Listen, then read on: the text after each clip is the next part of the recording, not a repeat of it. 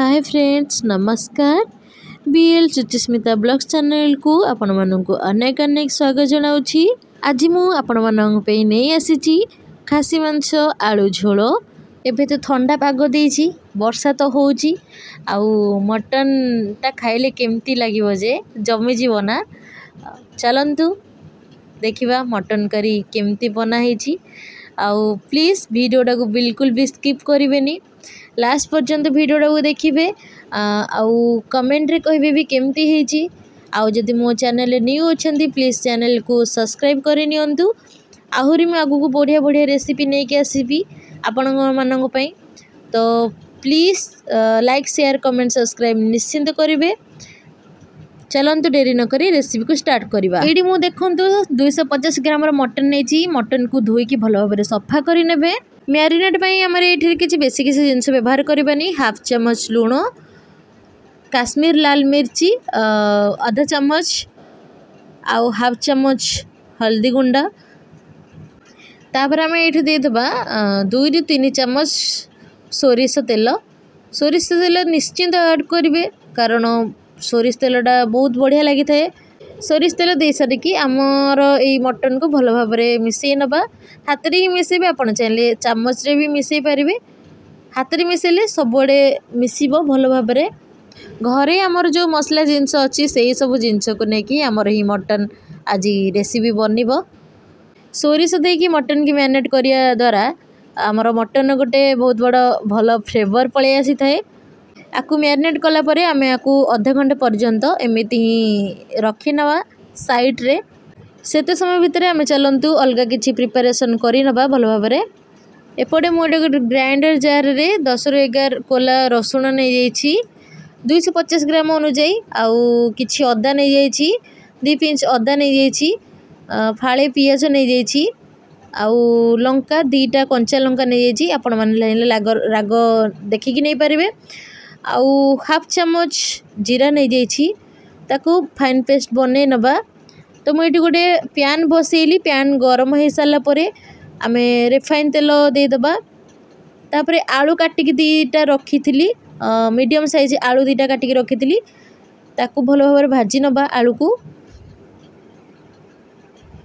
तमर आमर आलू भी बर्तमान भाजी हो सारानी। मैं आलू को भी बाहर कर नौछि गोटे जगह को। से पैन ने आमे बर्तमान सोरिष तेल किछि नहीं दबा। 3 बड़ चम्मच सोरिष तेल देदेली। मटन टा कसिला तो सोरिष तेल निहाती आवश्यक कहीं सोरिष तेल भल फ्लेवर दे थाए। मुझे किछि गरम मसला ऐड कली। आपण मैंने गरम मसला चाहिए बाटी पारे। आपड़ जो अदा रसुण सांगे बाटी भी पारे बट मुझे कंचा नहीं कहीं कंचा नेले तार स्मेलटा बहुत बढ़िया आसी थाए। आउ मोर ये गरम मसला भाजी सारानी। मु बर्तमान हाफ चम्मच जीरा देदेली। जीरा को भी भल भाव फुटा छाड़ीदबा। मुझे 2टा मीडियम साइज पियाज काटिकी रखी थी। पियाज फाड़े देखी थे आपण मैंने बाटी मुझे लंबा लंबा पीसेस रे करके पियाज को काटी नहीं। आपण मानकर जब मटन अधिका हो तो आउ 2टा एक्सट्रा आउ 2टा 3टा पियाज एक्सट्रा काटिकी नेबे। तो मोर 250 ग्राम मटन को चाहिए मु 2टा मीडियम साइज पियाज काटी थी। तो ये आम पियाज को बेसी कड़ा करके भाजबानी जस्ट नॉर्मल हल्का भाजी नबा। सॉफ्ट है पर्यंत पियाजटा को भाजी नबा। बेसी कड़ा करके आम भाजिया दरकार नहीं। पियाज आमर ए स्टेज भाजीला पर्यंत तापर आम जो मैरिनेट करथिबा मटन को भी से ऐड करदबा। भल भाव पियाज सहित मिसई नवा मटन को। आपन चाहिए मटन को ये मैरिनेट न करी भी नहीं पारे बट मैरिनेट करके नेले भल तार लूण आ सब मसला भितर पशिबो नले पशि पारिबोनी। आ मटन टा खाइले फिका फिका लगे। 1 मिनिट पर्यंत पूरा मीडियम टू हाई फ्लेम रे ताको भल भाव मिसई नबा। आपण मटन को इमिदे भाजिबे मटन ऊपर स्टीलटा पूरा सिझीगला भाई तो किंतु भितर कंचा थिबो। देखि पारुथु मुझे देखौछि आपण मानको मटन टा केमती भाजिबे देखि पारुथबे। एमिति ही भाजी जमती कि ऊपर सिलटा सिझला भाई तो भितरटा बिल्कुल पूरा पूरी कंचा थिबो। एमती भाजिया द्वारा मटन आईसिना स्मेलटा चलीज आ मटनटा जल्दी मध्य सीझीज ता सहित खायापी भी बहुत स्वादिष्ट लगे। मटन ए स्टेज को चली आसला पर्यंत आम जो ग्राइंड करके रखी मुझे ग्राइंड करी पियाज अदा रसुण पेस्ट ताकू मु देदेली सहित आम देदेबा ए स्वाद अनुसार लुण लुण देखिकी देबे। तापर आम हाफ चम्मच हल्दी गुंड देदेले, हाफ चम्मच लंका गुंड देदेले, आउ किछि काश्मीरी लाल मिर्च, धनिया पाउडर, जीरा पाउडर हाफ चम्मच, मीट मसला गोटे बड़ चम्मच, ताकू भल भाव आम बर्तमान कौन करवा मिसई नबा भल भाव मटन को आउ मसला पियाज सब मिसीज जमतीका ताकू भल भाव कषि नबा। आम एमती भल भाव मटन को पियाज सहित मसला सहित मिसई नबा। आम ताकू पाखापाखि 15 ରୁ 20 मिनिट पर्यंत 20 ରୁ 25 मिनिट पर्यंत ताकू कभर कर नबा, लिड को कभर कर नबा। बर्तमान मु भाजी सारे कषि सारे बर्तमान मु लिड को कभर करुच्ची 25 मिनिट पाई। तो मझिरे मझिरे कभर काढ़ी आपण मैंने घाटी नौथे ना तलू लगिज। तो मुझे 25 मिनिट हो गला मु मझिरे मझिरे भी घाटुली ताकू देखिपे मझिरे मझिरे घाटुली कहीं आउ तार कलर भी चेंज हो देखिपे मोर 25 मिनिट देखिपे मटन पियाज पर मिसी जाइए पूरा प्यूरी हो जाइए जना पड़ून जे आम पियाज को भल भाव पियाज पूरा मिसी जाइए मसला सहित जना ही पड़ूनी। देखिपे मसलार टेक्सचर केते बढ़िया हो गलानी देखिले लगुच आम जमती कि कटा पियाज दे नथिले पियाजर प्यूरी देथिले। तो मोर ये फाइनाली 25 मिनिट हो गला आउ 25 मिनिट पर प्राय 50% मटन सीझी जाइए तार कलर भी चेंज हो देखिपे आउ पूरा माने स्मेल भी पूरा बढ़िया आसूला बास्ना भी। मटनटा एमती सीझीगला आपण मैंने यही स्टेज रे ऐड करवा आमर चलतु देखिए कौन ऐड करवा। स्टेज रे मु गोटे मीडियम साइज रो टमाटो काटिकी रखी थी ए स्टेज रे मटन ए स्टेज रे टमाटो ऐड करेंगे आगुरी बिल्कुल भी ऐड करेंगे कहीं मटन ना सीझीबनी। टमाटो दबा द्वारा मटन जल्दी सीझेनी टमाटो को मटन 50% सीझी आसला आपण मैंने टमाटो देबे।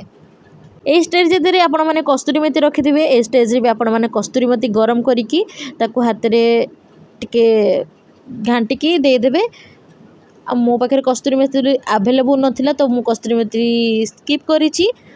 तो आपको मु भल भाव मिसई सारे आपको एवं लो फ्लेम रे 10 मिनिट पुणी कभर कर नबा। तो ये देखिपे टमाटो को ऐड कलापर मोर पाखापाखि 10 मिनिट हो गला आ टमाटो भी पूरा मसला सहित पूरा मिसी गला टमाटो जना पड़नी पड़ी बोली देखिपे मसला सहित पूरा मिसी गला टमाटो 10 मिनिट पर मु लिड को बाहर करके देखिले आपण मानू। ए स्टेज रे आम भाजी रखी आलू आलू को देदेबा ए स्टेज रे आलू को भी आपण मैंने सब मन रखिथे लास्ट ही देवे जिते मटन अधा 50% सीझी आसो आपण आलू को भी लास्ट को देवे।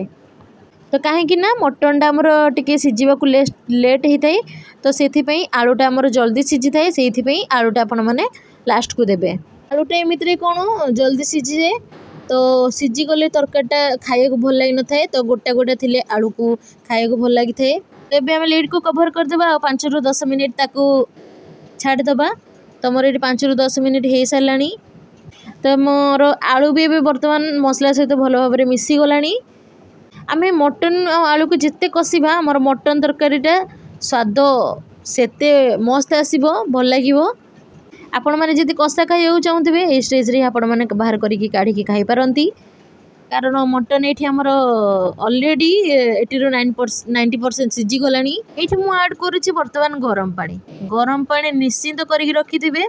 गरम पानी मटन ने दबा द्वारा आमर कलर भी भल रही है कलर भी पूरा रेड कलर रही है आउ गरम पानी दबा द्वारा मटन भी जल्दी सीझी थाए।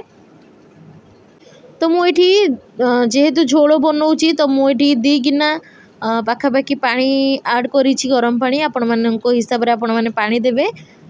तो मु बर्तमान सब मसला साइड रे जो लगी सब बाहर कर नेली मटन सहित मिसई देली साइड रे मसला गुड़ाक आउ आमे बर्तमान ताकू मिसी गलानी बर्तमान ताकू 15-20 मिनट 20-25 मिनट पुणी ताकू लो फ्लेम रे ताकू छाड़ी दबा लिड को कभर कर नबा 20-25 मिनट पाई। तो मोर ये बर्तमान 25 मिनिट फ्राए हो गलानी मझे मझे आपण मैंने चेक करुवे सीझी कि सीझिनी मोर ये बर्तमान 25 मिनिट फाइनाली कंप्लीट हो गला आ मटन भी बर्तमान पूरा रेडी हो गलानी ये मुझे आपण मानू चेक करुच्ची मटन पूरा सीझी जाइए तो आम यही स्टेज रे ऐड करदेवा हाफ चम्मच गरम मसला आउ काटी रखि धनिया पत्र ये धनिया पत्र आपण मैंने चाहिए स्किप भी करेंगे आपण इच्छा मो पाखे आवेलेबल थिला तो मु धनिया पत्र ऐड करदेली लास्ट को ही धनिया पत्र ऐड करेंगे बर्तमान फाइनाली मोर मटन रेडी तो ये गैस रो फ्लेम को ऑफ करदेली देखबार तरकारी टेक्सचरटा आ कलरटा केमती आसी आपण मानक केमती लगिला कहतु तरकारी कलर भी बहुत बढ़िया है टेक्सचर भी बहुत बढ़िया है आउ खाइबा भी मस्त थिला तो मोर जति वीडियोटा भल लगी please like share comment subscribe निश्चिंत करेंगे आउ पाखिरे थिबा बेल आइकन को प्रेस करेंगे आउ नोटिफिकेशन को ऑन रखिए जिते जो मुहूर्त में वीडियो अपलोड करी आपण मन पाखु नोटिफिकेशन जीव रहुची जय जगन्नाथ।